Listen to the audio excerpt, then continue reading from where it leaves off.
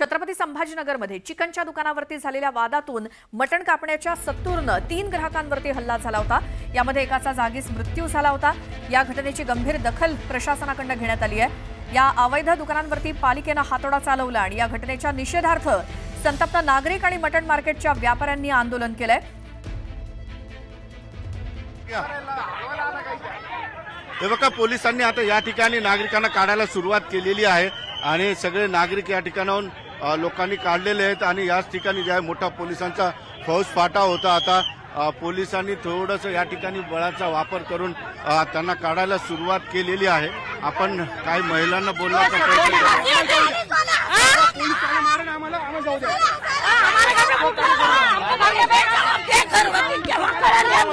काय झालं आता काय झालं, यांनी आमचे जे नुकसान भरपाई येते यांनी द्यावा आणि आमच्या गोरगरिबाचे जे नुकसान झाले ते भरून द्यावा आणि आमचा काय गुन्हा आहे यांनी आम्हाला दाखव। आमच्या लोकांनी काही केलं का? आम्हाला लहान लहान घरात होते, एक लाखाला काय झालं, काय जिम्मेदारी होती, कोणाची जिम्मेदारी होती? ना नोटीस ना काही, नोटीस पण नाही। एक मिनिट बघा, आपण महिला आम्ही निवेदन आयुक्ताकडे देतो। आम्ही याच्याकडे आयुक्ताकडे जातो आम्ही, आता तिथं निवेदन देतो आम्ही। आता पोलिसांनी काढलं। जेवढे घटना झाली काही घटना झाली, पण या बाकीच्या लोकांचा विचार करा ना सरकारनं। या बाकीचा विचार करा तर हे लोक तर मेले, एवढी पब्लिक तर काय करणार आहे? 2 माणसासाठी त्याची दुर्दैवी घटना झाली, या बाकीचा विचार कसं काय करत नाही सरकार? एकदम कसं काय याच्यावर अशी कारवाई करू शकते? ते गजरा पाडायची, एवढी पब्लिक मेली तर काय करणार आहे ते? त्याची घटना झाली फक्त आपण नागरिकांना अगदी बाजूला करण्यात आलेलं या ठिकाणाहून पोलिसांनी रस्ता रोकोचं आंदोलन या ठिकाणी होणार होतं। मात्र आता पोलिसांनी जो आहे बळाचा सौम्य वापर करून पुरे सगळे जे आहेत या ठिकाणचे नागरिक महिलांना या ठिकाणाहून बाहेर काढलेले आहे। मात्र निश्चितपणे नागरिक काय हटायला तयार नाहीत, पुरुष या ठिकाणी आहेत। एक छोटशी या ठिकाणी भांडण सुद्धा आपसात झालं होतं। नेमकं ते काय भांडण होतं आणि कशामुळे झालेलं आपण समजून घेऊया। त्याला काय झालं होतं ते ह्याच्यात या इकडे।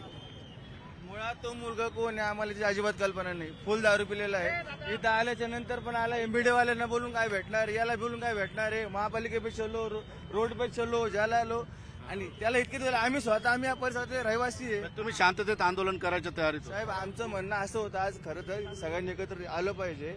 आपली भूमिका आपण डिपार्टमेंट समाजसेवी किंवा महानगरपालिका असल्याच्या समोर मांडली पाहिजे। पण दुर्दैव असं की महापालिकेचे कर्मचारी आला नाही, पण या पोलिसांच्या बळावर ते फक्त आम्हाला दाबताय साहेब। इथं आता आमचा आवाज आम्ही पोहोचवायचा कसं यांच्यापाशी? दादा, काय म्हणणं आहे नेमकं आता पोलिसांनी? आज या मुकुंदवाडी बस स्टॉप इथे लोकशाही मार्गाने आम्ही आंदोलन करत असताना परवा दिवशी जी घटना झाली, नितीन शंकपाळ याच्या नातेवाईकाला 10 लाख रुपये मदत मिळाली पाहिजे। जे 2 जखमी त्यांना 5 लाख रुपये मदत मिळाली पाहिजे। गेल्या 30 वर्षापासून आपल्या मुकुंदवाडी बस स्टॉप येथे व्यवसाय करणाऱ्या व्यापाऱ्याचे जे काल महानगरपालिकेनं त्यांचे अतिक्रमण भूसपाट केले, त्यांचं पुनर्वसन झालं पाहिजे। म्हणून आम्ही लोकशाही मार्गाने या ठिकाणी आंदोलन करत असताना काही मंडळी यामध्ये जाणून बुजून याला गालबोट लावण्याचा प्रयत्न करत आहे। आम्ही त्याचा जाहीर निषेध करतो। निश्चितपणे या ठिकाणी सुवर्ण जे काय आंदोलनकर्ते आले होते त्यातील आंदोलनकर्ते भडकाऊ पद्धतीने आंदोलन करा असं म्हणणं होते। मात्र यांचं म्हणणं आहे हे शांततेने लोकशाही मार्गाने आंदोलन करावं। काही आंदोलनकर्ते पेटवून घ्या, रस्ता रोका, दगडफेका अशा पद्धतीचं भडकाऊ काम या ठिकाणी करत होते।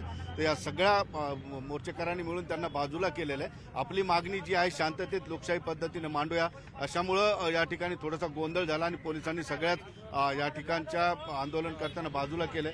महिला सुद्धा आता तिकडे गेलेल्या आहेत। मात्र एकंदरीत दादा, काय आता पुढची रणनीती असणार? महिला घेऊन तुम्ही जाणार आहेत का महानगरपालिकेत कायदेशीर मार्गाने? सुनीलजी वावळ साहेब उपायुक्त यांनी आम्हाला सांगितलेलं आहे की तुम्ही सोमवारी तुमच्या जागेचे प्रॉपर्टी घेऊन कागद घेऊन आमच्याकडे या। 1 वर्षापूर्वी आमचे अतिक्रमण तोडला होता, त्यावेळेस आम्हाला नोटीस दिलेली, त्याची मोबदला अजून आम्हाला भेटलेला नाही। आम्ही लिगल प्रॉपर्टी आमच्या काय अतिक्रमणावर बसेल नाही आम्ही या रोडची।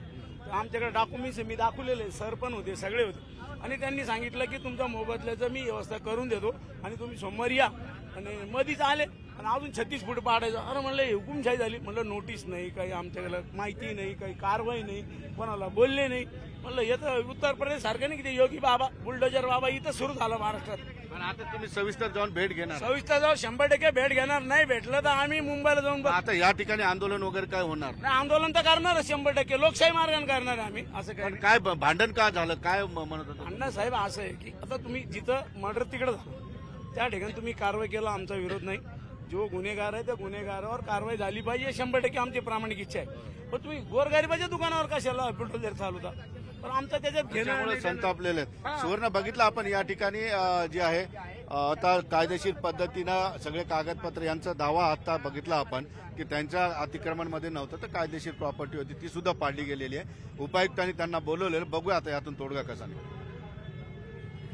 बिलकुल सिद्धार्थ, आणि हे आपण दृश्य आपल्या प्रेक्षकांना परत एकदा दाखवूयात. कसा तिथं बुलडोझर मागवण्यात आलेला आहे, अवैध दुकानांवरती कारवाई केली जाते आणि याच कारवाईच्या विरोधात आता ते दुकान मालक आहेत ते रस्त्यावरती उतरलेत. अवैध दुकानांवरती छत्रपती संभाजीनगरात दुकान मालकांचं आंदोलन कारवाई विरोधात सुरू आहे. काय त्यांची नक्की मागणी आहे, काय म्हणणं आहे त्यांचं? कारण त्यांना काही नोटीस आली होती का, कधी आली होती आणि ही कारवाई कधीपासून सुरू झाली आहे सिद्धार्थ? निश्चितपणे नोटीस कुठलाही बजावलेल्या काही महिला आहेत ज्या सकाळपासून या ठिकाणी आहेत. तरी तुम्हाला नोटीस आली होती का? तुमचं काय पाड? नाही सर, आमचं घर गेलं. आम्ही आताच किरायाने दिलं होतं, ते एवढं खर्च आणि ते करून ते एकाएकी आम्हाला नोटीस नाही आली, काही नाही, आणि आमचं घर पाडून दिलं लगेच. किती दिवसापासून घर होतं? घर आमचं 40 वर्षापासून होतं इकडं, आणि इन्कम टॅक्स, त्याच्यानंतर लाईट बिल आम्ही सगळं क्लिअर केलं होतं. मग हे बॉन्डचे घर होते, हे होते, तर मग यांनी इन्कम टॅक्स का घेतला? बरं, लाडकी बहीण योजनेचं तुम्ही सुरू केलं, तर एकीकडे लाडकी बहीण योजना सुरू करतात हा मोदी सरकार, आणि दुसरीकडे त्याच लाडकी बहिणीवर वरती अन्याय करतात का? हा कोणता न्याय झाला? देवेंद्र फडणवीस आमदार. बरं, अहमदाबादचा जो एरोप्लेन क्रॅश झाला होता सर, त्याच्यात आमची कोणाचीच काय गलती होती? तो एरोप्लेनचा हादसा तिकडे झाला अहमदाबादला. आम्हाला संभाजीनगरला का बरं त्याची शिक्षा मिळाली? आमचे पोरं सोरं आम्ही कुठं घेऊन जाणार आहे? आमची रोजीरोटी त्या घरावरतीच चालू होती.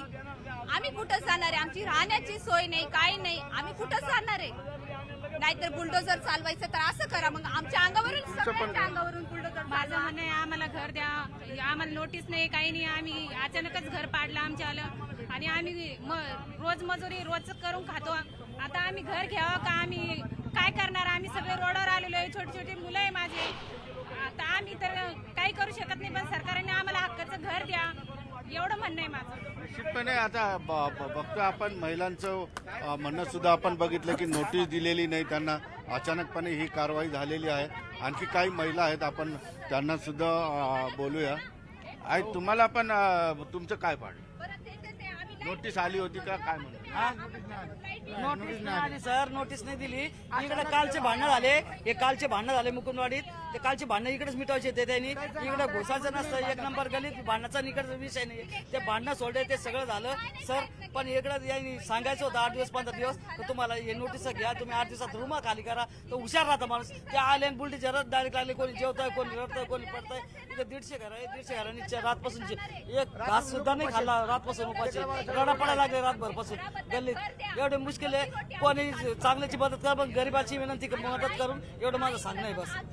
आता आंदोलन पण ठाम आहे का तुम्ही आता कायदेशीर मागणी? सर मला सांगा, आमच्या रोड पाहायला हरकत नाहीये. मोंढा नाका इथून आजवर मोंढा नाका खाली करा ना, तुमच्या गांडी जमायचं मोंढा नाका. निश्चितपणे बघितलं आपण या ठिकाणी जे आहे लोकांच्या भावना बघितल्या. मी तुम्हाला ते अतिक्रमण पाडल्याचं दाखवू शकतो या ठिकाणी होऊन, कारण या रस्त्याच्या पलीकडे आपण बघतो पोलिसांचा बंदोबस्तही खूप मोठ्या प्रमाणात आहे, कारण आता लोकांना काढून दिलेलं आहे.